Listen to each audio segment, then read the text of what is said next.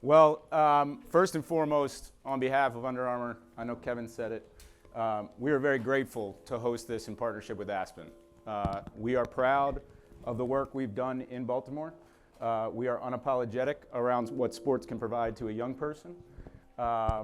And we are excited about taking this blueprint that we have built here in Baltimore and finding ways in which we can inspire communities across the country and across the world to be able to emulate some of that work, either in partnership with us or, as many of you already have, some great workings in your city, elevating those and inspiring those and listening and learning as we all can do from each other. And that's what this session is all about.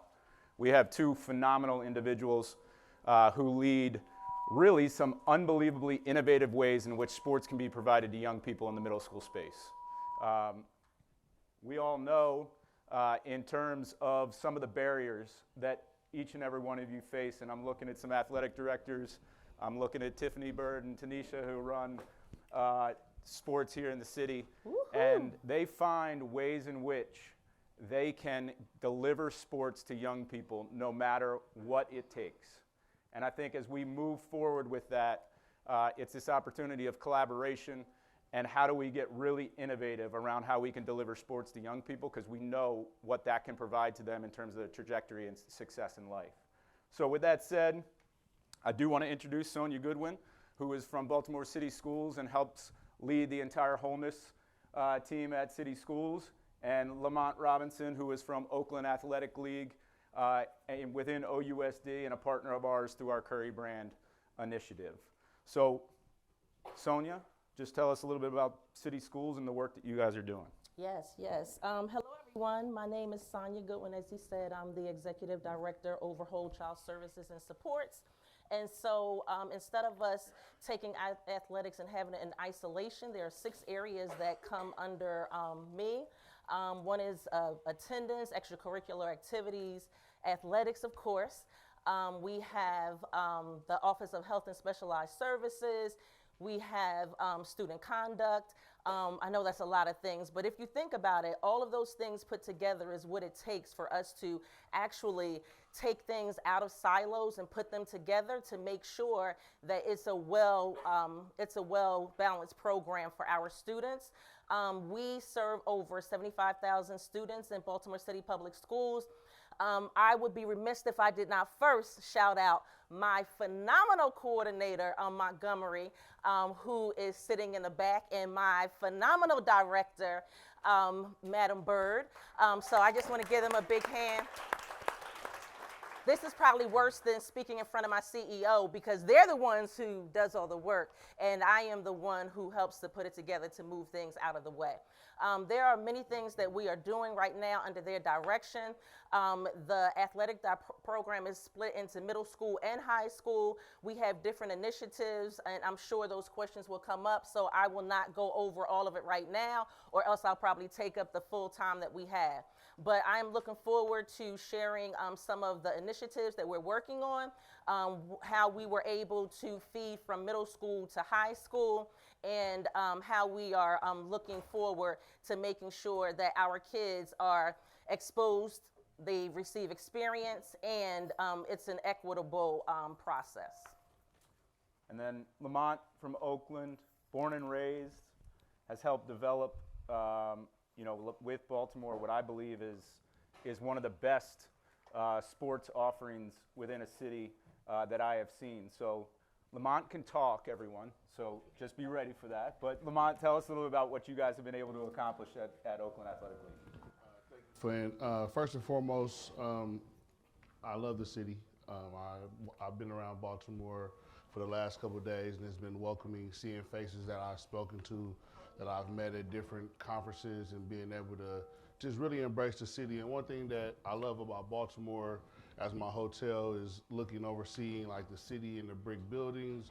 It reminds me a lot of Oakland in many ways, where we have, the lines, the equity gaps, the similar challenges. And so I definitely am honored to be here. Like Flynn said, we partner up with your city sponsor, as I see Under Armour footprint around the whole community. So thank you, Baltimore, for sharing Under Armour with us, because it's been definitely a pleasure.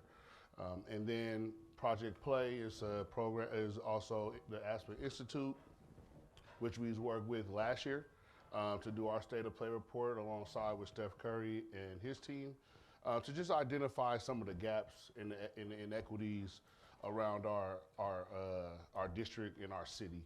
And so leading into that, that's kind of what I was tasked to do. As Flynn said, I was born and raised in Oakland. My grandfather was a commissioner. I was raised idolizing athletes, looking at athletes, becoming an athlete myself, and having the privilege to then move in and play for my school, go through my school, graduate from my district, and then come back now and serve the students in our district. And in Oakland, we don't look at that as a job. That is a duty, right? I think when you are in a position of power or decision making, you are tasked with the responsibility of youth and what they have, what you want to provide them, how they move forward, and how you move in your landscape. And so through partnerships, we've been able to grow sports. We have 6 traditional high schools, 10 total.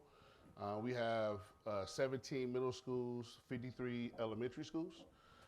And our city has been known growing up with a lot of people who come out of our city that have done great things, Bill Russell, a lot of athletes. And so we had a rich history of competitiveness and retention. And so over the last couple of years, we've lost that.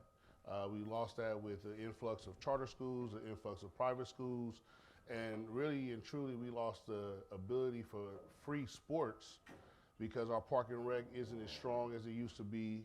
The pay-to-play model has come in and just tore down our city around taking the so-called athletes that are good and leaving the ones behind that doesn't have anything to do. And so we've started looking at those gaps. We started looking at that issue in our city. And when I was hired to revitalize that into our district and develop young, introduce new sports, provide opportunities, try to retain them into our district, and make sure that everyone has the same opportunity and access. And through that, which I'll let Flynn take it back, through that, we've partnered up with different entities that allowed us to be able to expand our bandwidth, take our creative ideas and be able to make them come to life and provide opportunities for students. When we first started, we had about 1,000 students participate. And it was funny because I said something to Flynn the other day, and I said, I want 3,000 students to participate in our sports because we have like 7,000 students, and our goal is to get 50% of our students to be access to sports. And Flynn was like, man, you better make sure that's sustainable and whoop. And I did the numbers the other day, and we have 3,075 students playing right now in sports. So kind of the things that we've done and we'll talk about is some of the things that we've done to introduce, grow, and sustain over the course of the year. I love that, and thank you for that stat, and thank you for living up to Lamont loves to talk. No, I mean, I think as we look at it, as we all want to grow sports, the idea is how do you build intentional and sustainable sports platforms so that you can impact this generation, but more so you can impact the next generation, right? And I think as we look at these two individuals and the school districts that they represent, you look at Lamont and his team, and if you look at basketball, 3 years ago they had 10 teams in the middle school. This past basketball season they had 69. We look at middle school sports in terms of Baltimore City, where it has not ever been formalized in terms of a district-led initiative, where they had 80-plus schools able to opt in to 8 sports across this entire school year for the first time ever. And that is not because of UA as a funder. We assist with that. That is not because of a lot of things. It's because of the dedication of people like this and people like Tiffany and Tanisha that are sitting in that room, and many of you in terms of the effort and enthusiasm you bring each and every day. So as we think about that and those statistics and how impactful that is, you see the football, you see the basketball, you see soccer in some areas. Talk a little bit about your guys' strategy around sports sampling and how you are getting some of those sort of non-traditional sports woven in so that you're opening the aperture for young people and really trying to see what they can be inspired by. Okay, I'm going to go first, and then I'm going to let the headliner go after. Oh, no. So we knew how important it was for us to make sure that that we had a coordinated effort for middle school. And as Flynn said, last year we had culminating activities because we wanted to make sure that our middle school students were exposed to sports, but it wasn't as robust as we wanted it to be. This year we put an RFP process in place, and it did not go quite as we planned. The money was out there. We did not try to shortchange anyone, but it was a very lofty plan. It was a very lofty ask that we were asking of others. And so at the end of the process, we were not as successful as we wanted to be because we wanted one group to serve as the hub for us. But this comes with sustainability as well. I'm so glad that no one said that they could take it on and then we would have to go back and support them with it. So what we found out was that we needed to have a meeting with the vendors that we put this out for. And once we put that out for them, we had the meeting, we had a feedback session to ask them, like, why didn't you think this was a good idea? Why didn't anyone apply to be like that central hub? You get to manage all of the sports outside of what we do centrally. You get to manage those outside vendors. So once they shared it with us, you know how it is with sports. Like if basketball is your sport, that's your sport. If soccer is your sport, that's your sport. Whatever it is, they wanted to make sure that they could control the areas that they were already a part of because that's what they were skilled in. And they did not want to take on more than they could. So once we heard about that, the team huddled.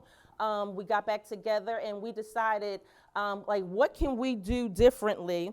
What can we do differently so that we can still make sure we expanded our middle school program, but it's not going to be tied to just one group. So thank you, Under Armour. They have been a partner with us the whole time, a thought partner, making sure that we were considering all of the things and making sure that sustainability piece was something that we had in the forefront of our mind. So what we were able to do, and this is a lot on my team, so that's why I will take every opportunity to shout them out. We were able to bring in 13 outside vendors in addition to the middle school programming that we are already monitoring within our district. And with those 13 programs, now remember, we were going to have a hub where someone was going to manage that. We became the central hub. Our coordinator took it on to make sure she did everything as far as the contracts, what needed to be done with financing, monitoring, setting things up, making sure they had transportation. So all of those things you have to do with a regular program. So she took it on without complaining, and she was able to build it out so that now not only do we have the centrally managed sports, we were able to add things that we did not have the bandwidth to add originally, like rowing, like golf, like some of those things that we wanted to make sure students were exposed to. So now, as I fast forward, we now have, we're double, in some areas, triple and quadruple the amount of opportunities that middle school students are able to have access to currently. So that is something that's major for us. I could go on, but that's like the abbreviated version. But the point is, even if you put something in place and it's a lofty plan, and if you're not able to do it, you have to make sure that you don't let your pride get in the way. You have to make sure that you're ready to pivot and change, because our number one priority the full time was making sure that students had more opportunities. We wanted to make sure it was equitable so that they received it across the full district. We had to make sure the exposure was there, and we also wanted to make sure they continued to get the experience. So we took all of the adult pieces out of the way to make sure that we were able to still give the students what they deserved. And so the programming that we have now is better than even before we had during the pandemic. We have exceeded all expectations, and we're happy to say that our numbers are definitely growing. I Love that. And Lamont, as you think about sports and you think about not only getting kids in the game but keeping kids in the game, a lot of that is coaches. So talk to us a little bit about your policies and processes, not only how you recruit coaches, how you train them, and then how you continue for them to not only show up as a mentor to kids, but show up as a direct reflection of the school district. Yeah, absolutely. So one thing I can't be remiss without saying is that I may be up here, but I've been privileged to have the city of Oakland on my back to help. I came up with a huge goal, and I told myself in the beginning that I want to make a goal that's so big that if it fails, that means the city didn't get involved or I didn't do my job. And if it succeeds, it's strictly because the city followed me and led. And so in the beginning, just before we get to that, in the beginning, the one thing that day one we started with was we developed a task force. And that task force was compiled of community members, policy makers, business owners, key stakeholders into the city, and we had to dissect what the problem was. And the one thing that I will say is this is a lengthy process, and it can't be a lonely process, right? So you can't do it alone. And so when we sat back and analyzed what did we want to do and how we wanted the approach to begin, we first had to start off with how do we have a lack of parental participation in some of our inner cities. In Oakland, we have 880 freeway, which is our divide. So above 880 are more affluent community members. Below 880 is our inner cities and low economic income. So we know that they have a voice, they have the money. So who's the one that's going to speak for the students that don't have that voice, don't have that access, nobody wants to go to their school, nobody wants to teach at those schools. And so as we developed that and we analyzed each school's need, we then took that data and, partners like, from that task force, partners like PCA. PCA was a huge component to how we educate and research for our students. And so we made an investment into PCA, and we kind of took the approach of high school because we wanted to be able to make this pipeline from elementary to middle school to high school. And so we took the high school model and put it right there in middle school so that our kids and our coaches and everybody was already trained up to do the things that they do. And so we have a mandatory training. We actually make all our coaches fingerprint, take certificates, the heat illness, concussion, all the NFHS network certificates. We make them take those. Of course, they do a background check with today's world. We have the background check, we vet them, and then we give them a stipend to coach through there because they go through the process. And then we make them take those mandatory trainings. Absolutely. Great. And PCA has been a huge partner of ours. So definitely, if you're an organization, you're a coach, please reach out to that team because what they are doing, not only as they've molded together with Coaching Core, recruiting, but training and then placing coaches. And you can look at the data that shows kids are dropping out of sport at the age of 14 because they don't have a responsible mentor and coach. And we all have seen, I'm sure on Saturdays and Sundays and even probably during the week, how crazy parents can get as well. So it's really important for those coaches to be on those sidelines and be working with those kids day in and day out because sometimes they actually spend more time at some points than the kids do with their parents during the school year. As you're thinking about building what you guys have built in each one of your cities, shortly give us sort of what is that landmine to watch out for now you've gone through the process. You obviously have had some hurdles, you've had some setbacks, but you've powered through. Sort of what is that in your experience in Baltimore and Oakland? What is one landmine you would put out there for the group here? Yep. One thing that we all have to remember is do not overpromise and underdeliver because that can kill your reputation. Make sure that those who are in it with you, it can't just be you. We partner with our mayor's office. We have different agencies. We have community-based organizations, the school system.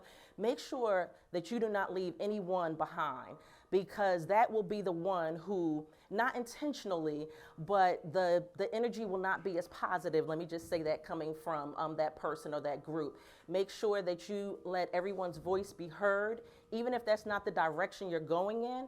Make sure that they are at the table so that you can consider what it is they're asking or what it is they want, because there are some who have been in the business for much longer than we have been, and you want to make sure that you're not coming in trying to make them think that you're the know-it-all and that you have all the answers, but that their voices are important as well. That's my short version. And I would say for me, slow and steady wins the race, right? Don't think that you have to have all these programs and all these things happening at one time. If you get one program off the ground, you added 10, 20, 30 more kids doing something, right? And get someone smarter than you in the room. I have the fortunate opportunity to have my brother Pat over here, who's a brilliant mind, who I tell everybody he Swiss cheeses all my ideas. I come with these ideas and I be like, dang, that really wasn't a good idea. You know? But having those folks around you, it makes you better, it sharpens you up, and it makes ultimately a better product for the kids and a detailed product for the kids. So that's a safe space and it's an opportunity for the kids, and get them involved, right? If you want more involvement, give people jobs that they feel like they can man and they're a part of, and they'll be a part of it, right? We give folks opportunity to come in. Oh, you got a good idea? Let's see it. Let's do it. And let them feel it. Let them see some of the successes and the challenges. And then that's how we've been able to get buy-in in a district who has a lot of distrust in the folks that has been leading in our city. So that's what I want to do. Quick time check. Are we going till 12:30? Perfect. We have some folks in the crowd, I believe. Where is Kyle Reed? Kyle Reed. We're going to call you out because of success, not because normally you get called out, you're bad, but your success. Talk a little bit about how your leader in terms of superintendent has been very much behind your work, and then also specifically around the work you've done with track and the explosion there in your community. Sure, absolutely. So I'm our middle school athletic director in Southeast Michigan, Monroe, Michigan, and it's a new position for our district. About a year and a half ago, we had a new superintendent, and we had our high school athletic director step down.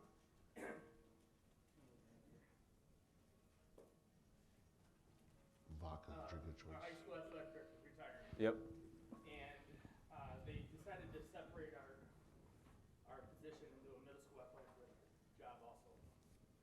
And then what happened was, I was at the middle school, just going in, talking to the kids at lunchtime, and we had approximately 25 kids in our middle school track program. And then just having those communications and talking with them, and just, how about we come out and try track, I think you'd be great at this, high jump, 100-yard sprint, whatever you might want to do. This past year, we had 70 kids in our middle school track program. Yesterday, we just had a middle school league championship meet that a number 20 kids got to go to and compete at.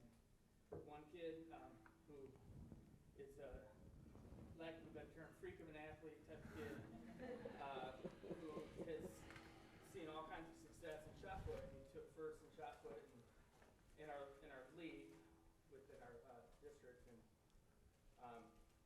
our superintendent has been very supportive of everything that we're doing. I think he's a former athlete himself, and just we're on a stage just to move our program forward from kindergarten all the way up to high school level and beyond. So I love that, and thank you for sharing. And I think Can I piggyback off something you said, just real quick? It's interesting you said that that's a new position for you. So I think that's a model that I think if you don't have, that a lot of folks should take. Because when we first started, we did identify that one point person for each school so that we could streamline information. And we call them ADs, but they were free at first. We was able to now be able to stipend them out, but that's what helped our growth immensely, to be able to have one person on campus for each school that can give you the on the ground stuff and be able to disseminate that information and be able to grow individually on campus. So I appreciate you for stepping up to that position, because it's very hard to get good people that's doing the work for the kids and not just for the money. Yeah, and I think as you guys are talking, it's this idea of how do you have a leader who you can instill that belief in them to be able to be that change maker. And obviously many of the people in this room are that direct service agent to those young people, but the people up top, whether you see this morning the passion that Kevin has, whether you see Dr. S here in Baltimore City, you see Frankie in Oakland, I think when you get that leadership buy-in, it's the opportunity that you can really change the world for these young people. So that's a pivotal piece, and thank you for sharing and stepping up, and thank you to your superintendent for digging in this first year. We are going to open up the room, questions if anybody has any. It's really great hearing about your programs. I was curious to know about the breakdown between male, female, and non-binary students in your programs. You wanna go? I can go. Sorry.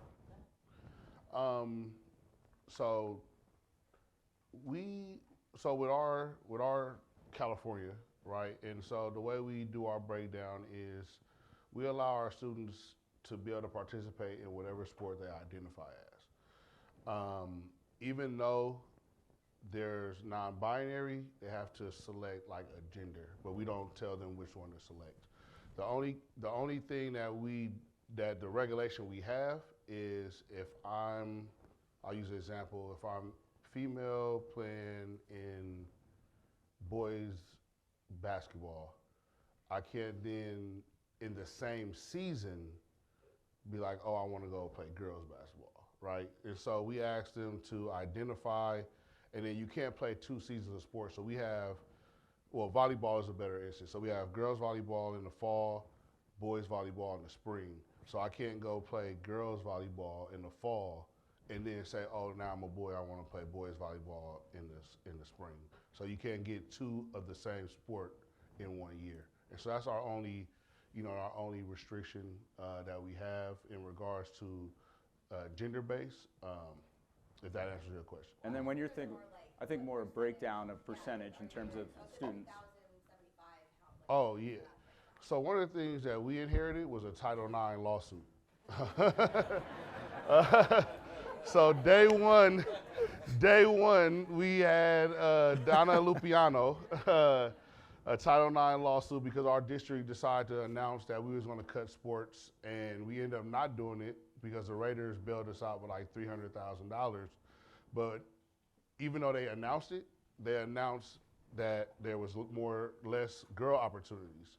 And so there was a huge gap in that. And what we noticed in our research is there is a gap, but the gap really lies in school-based sports, because we have a lot of females that play club, right? But with Title IX, that doesn't count for us. And so we did a lot of work around that. And so this year we was able to now, we've grown that gap to where we have a male gap now of like 5%, and our female gap is raised up this year. Yeah. So in Baltimore, our percentage of males does exceed the percentage of females who are playing, or the number. Football, because that is one that we have for males, like, as you know, the teams are much larger than the other teams. So we are actually looking into the data now. We're digging into it a little deeper just to make sure that we can have the same amount of opportunities, but we're also looking to see the percentage of females versus males that are at schools, because instead of us putting an unrealistic goal on a school, it may not even be something that we are able to attain. The other piece, because of the Title IX piece, we know that's real. Our director, she wanted to make sure that she dove in a little deeper, and she has been talking to other partners. It's not finalized yet, so I can't give any names, but we are looking to bring female flag football. And so that's going to be something that we're exploring for next year.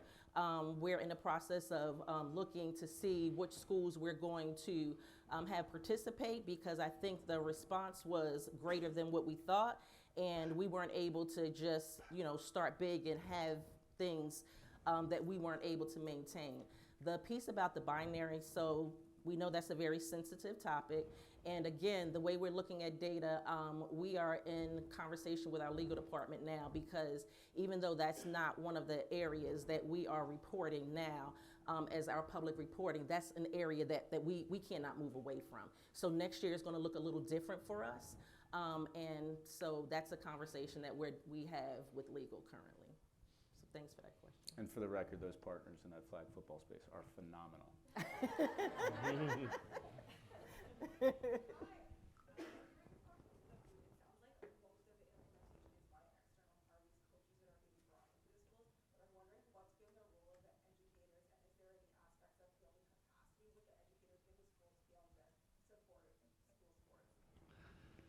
Yeah.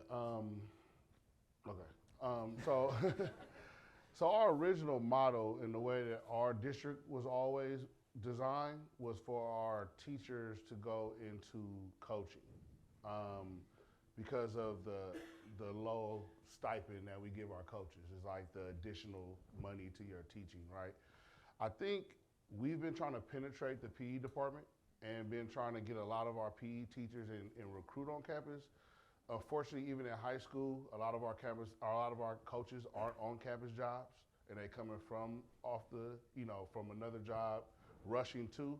But we've definitely been diligently working with our PE department to try to see how we can introduce sports there, get some of our coaches from the PE department, because it's just easier for us to pay them.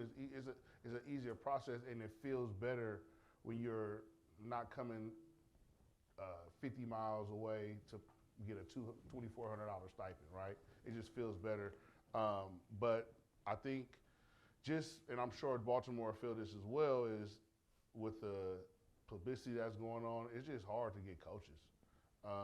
Coaches is just a position that folks just aren't wanting to just be put in front of anymore. And so just trying to, get good people, try to get them wherever you can sometimes, is definitely a challenge. But we're definitely looking to make sure that we penetrate like our PE department to get some of those coaches. Yep. And just to make sure that you didn't understand me to mean that we are just looking at the vendors on the external vendors, that's in addition to. So we do have sports that are actually coordinated by the central team. And so the additional vendors, that's just for middle school, because we wanted to make sure we could build out a robust program as we do for high school. But my team has never communicated to me a problem with getting coaches, so they might want to chime in on that, because every game I go to or every activity, like, that doesn't seem to be a problem. So I don't know what magic dust they have, but they can speak on that part. Mm-hmm. Tiffany?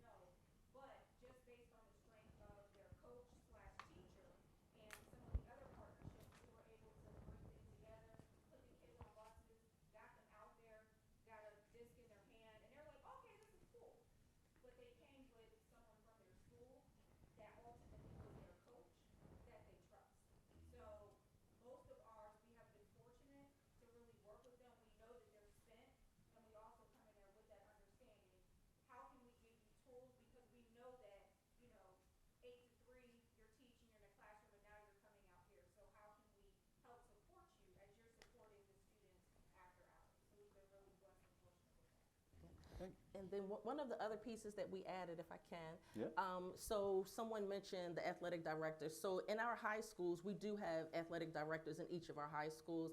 And another position we added this year was the athletic trainers. And so we want to make sure that the coaches feel supported, because the coaches, they were doing a lot. And I had to hear it from my team that if we wanted to keep them, we had to make sure that we were taking care of them. So we looked at other models that they were using, not just in middle and high schools, but what they were using on the college level too, just to make sure that we were replicating what they were going to see when they moved up, because we want them to feel important. And I know this is not a question, but I have to put this in there. So one of the things that I wanted to say, I was hoping a question came out, but it was about, like, even when our kids are suited up, like at one time, you know how kids would go, they might all have on black shirts, but one shirt might be black, one might be gray, one might be a blue-black or something like that. When our kids come out, like, they come out looking like winners. And so if you saw the video footage where Under Armour just suits up all of our high school students, like, they come out, they're just so proud. The coaches are feeling like we're investing in them. We're investing in something that's important to them. The athletic directors feel that way. The athletic trainers feel that way. But the kids, the smiles that you see on their faces is just like, it can be matched to none. And I said to my team, I said, well, the best thing is to win. And my team said, it's not just about winning. But when I talk about winning, I mean the faces of the kids. They come out as winners just knowing that we are investing in them. We know that they're important, and they come out looking good. They come out looking good. So thank you, UA. Yeah, Thank I'm you. not going to disagree with you. Okay, that's all I'm going to say. I'm curious, from the success of your sports programming in your schools and in your district, has there been any impact on other physical activity opportunities in your school in general? Has it impacted the availability of physical education? Are there more active classrooms? Like, the success in sports, what's the greater impact on the schools that you see? Great. I'll go because Okay, go ahead. you talk more than me. One of the That was my things. goal. Yeah, That that- was my goal. One of the things that we implemented inside of our mirroring of athletic requirements, we also mirrored our academic requirements as well. And so we had a 5-prong approach for eligibility for our middle schools, because we want them to know that, unlike the pay-to-play model, your mom or dad can't just pay and then you play no matter what your grades are. And we learned that in the 9th grade, we were losing a lot of students because they didn't understand that your academics translate. So what we did was we implemented the 2.0 attendance, 93% attendance. You have to be a part of the after-school program, because being a part of the after-school program is a way that our district gets funding from the state. And so we partner up with the after-school program to run all of our sports, to kind of bring the money to the district so that we can still pour it on to the kids as an added resource for our kids. And then having an adult be able to write off, hey, Lamont is able to do academics and play sports as well, and then behavior. And so what we've learned by using that that eligibility requirement, we've identified a few things. So what it did was it pointed out the students who did not come to school, and it pointed out the students who were low in academics. And so what we've done is we said, okay, well, if you become ineligible and you fall under that, if you have 3 of the 5, you're okay. Even with the academic piece, if that falls under the GPA requirements, we'll sit you out for 1 game, because we don't believe in long punishments for youth. But you have to come to the game in your street clothes and watch your brother or sister playing, because that's more impactful than you being at home playing PlayStation, because you don't care who won or lost. But when you actually have to answer those questions around, man, Lamont, why you not playing? Why you not playing? You can lie once or twice, but then it sting after that 3rd time, right? And so what that have done is, because our students have been so fired up and our ADs have been implementing this, we've seen an increase in our GPAs. We're at the end of the year. Flynn came to a swag awards that we do in partnership with Under Armour, but we have an end of the year celebration for each season, fall, winter, spring, where we recognize all the students with 4.0 to 3.05 GPA. and then the team with the highest GPA, and then we do like the most inspirational student, just to give someone that pride, and then we celebrate all of our champions. And so through that, through those celebrations of our students, now when you come to Oakland schools, you know I can play, I can win, and I can be celebrated. And I think that has risen the level of, you know, competitiveness in the classroom and all that, just because they want to be able to be a part of these activities. Yep, and just a short part that I'm going to add.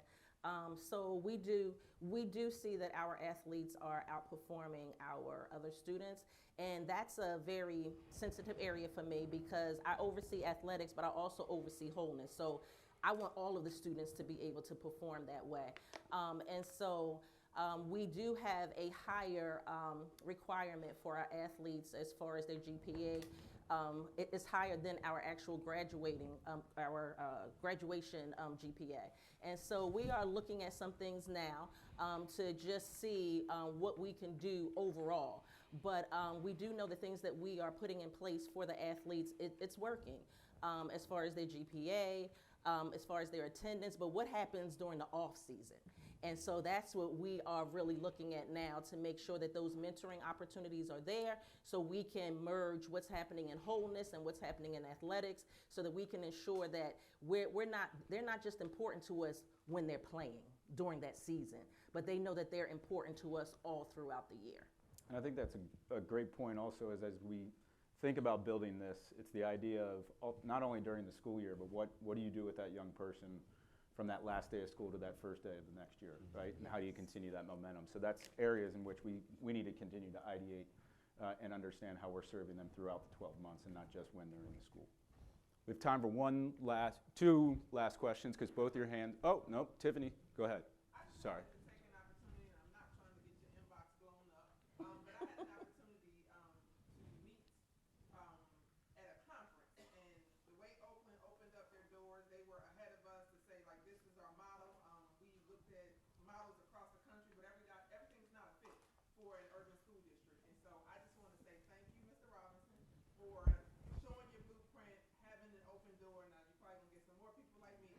That's fine. I think that collaboration is important. We knew where we wanted to go. We identified somebody who was a little further along than we were, and he was gracious enough to say, this is what we've done. I think this may work for you.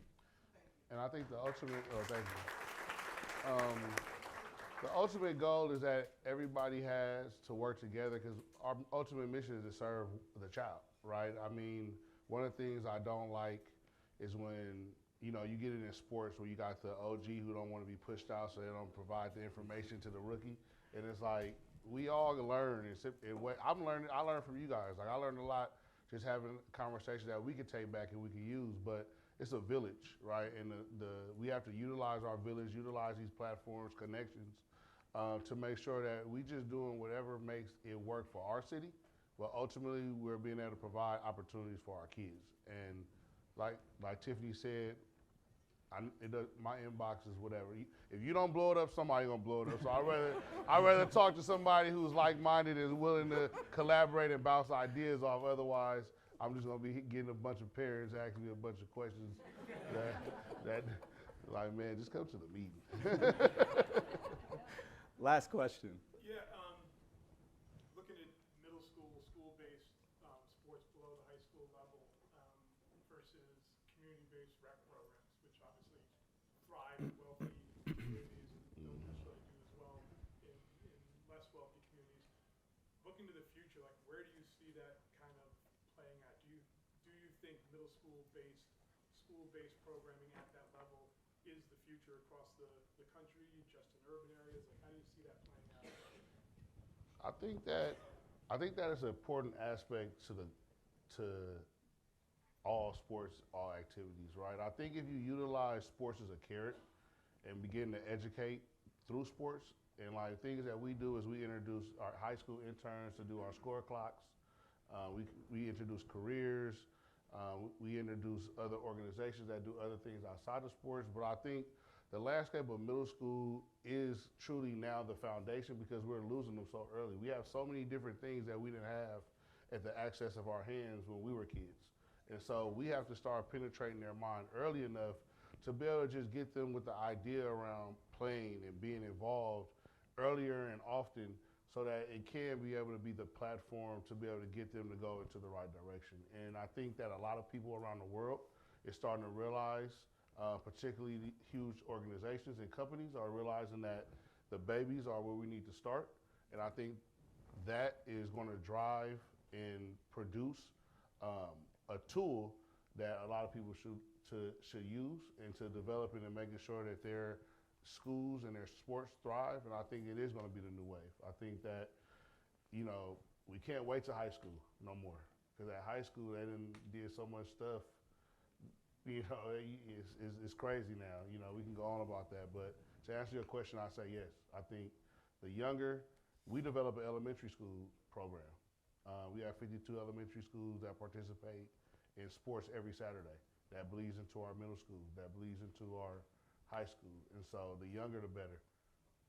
And that partnership with them, again, I agree, is really important because, like, with the Little Leagues, like we were talking about the summer and what they're going to be doing during the summer, like our Little League programs, like you can go to any field in our area in the summer and you see the students the youth in their uniforms. And they're excited about it. They have a respect level for their coaches. Like you can ask one of the coaches to come to school and the student just automatically straightens up. So I think that it has to be a partnership because if the students see any division between their coach that's outside of the school and what's happening inside the school, then that's going to make them feel a certain way. So we need to move the adult stuff out of the way. Not sure if that happens in other areas, but I know we do work in silos in our area. And this year we have really been trying to come together to make sure that every single season, whether it's summer and they're out of school or whenever it is, we can start them. I believe they start as early as the age of 5. And they may have some even before that because it's the instructional piece. So we do have to make sure that the students receive that experience because I know that's kind of embarrassing when you get to middle school and you don't even know like how many laps you have to run around the track to do it 800. Like you should be focused on your skill and your craft and not what the rules are. So yes, I truly believe that we have to start them off early. We have to move the adult stuff out the way. We have to make sure we're all working together so that we keep the number one thing that should be our priority in the forefront, and that's the students, that's the children, that's our youth. So as we close out in a sentence or two, when you're looking at this room that has shown up for this conversation, what is one takeaway you want each of them to go home with? Call Flynn. What? Call Flynn. I want to say. Don't call Flynn. Yeah, No. but I do want to truly say Flynn has been amazing. I want to give a hand to Flynn, please. Yes. You don't get many people who actually come in from big corporations and care about the work and the kids. And from day one, me and Flynn been joking and going back and forth with each other, but he's really been instrumental in a lot of work that we're trying to do. He's come to the Bay Area and really has treated it like it's his home, like it's his own. And I definitely appreciate everything that you do. I call him brother because I feel like, he's a brother to me, right? He does amazing work. He doesn't take his job lightly, and he does great things. Ask your question again, I'm sorry. I'm just going to take you on the road with me. Thank you for that. Unnecessary, but if you're looking at one nugget for this group to take away, what is that? Let me start. Yes. Lamont, you're on a time. Never take no for an answer. Dare to dream and make the impossible possible. Because if we don't do it in this room, then who's going to do it for our youth? Every single one of us could probably think about, I'm sorry, it's more than one sentence. Every single one of us could probably think about an adult that was in our life. If it wasn't for them, we wouldn't be sitting where we are right now. And I get emotional when I talk about this stuff. So I ask you, do not give up on these youth. Make sure that you push them beyond what they even feel that they can do. Make sure that you bring out the potential in them that other people have told them is not there. They need us. Please do not turn your back on them. Dare to dream. And I would just say, if you don't stand for something, you'll fall for anything, right? You have to, if you're working with the youth, it almost have to be, you have to be their protector, right? You have to be the shield before it gets to them. And if you take that approach and you're holding that to heart, then you're doing what's best for the kids and you're doing the best that you can do. And that's all the kids need, is for somebody to advocate and do the best that they can do for them, and not just use them as tools to get partnerships or sponsorships. Because there's a lot of sponsorships that we've declined because I just didn't like the mission, right? We partnered with Under Armour because, like I tell Flynn, I love everything Under Armour stand for. I come around your city, and I'm jealous. The facilities and all the stuff that y'all getting built up, that doesn't happen in our city, right? And so I hope you guys are really, taking that and appreciating that, because coming from another city, we're envious of what you guys have. And so be that person that is there to protect these babies, because they need them. They need it. Well, first and foremost, thank you for today, but thank you for what you do day in and day out, obviously with the support of your amazing teams. So I'd love to give a round of applause to these two individuals.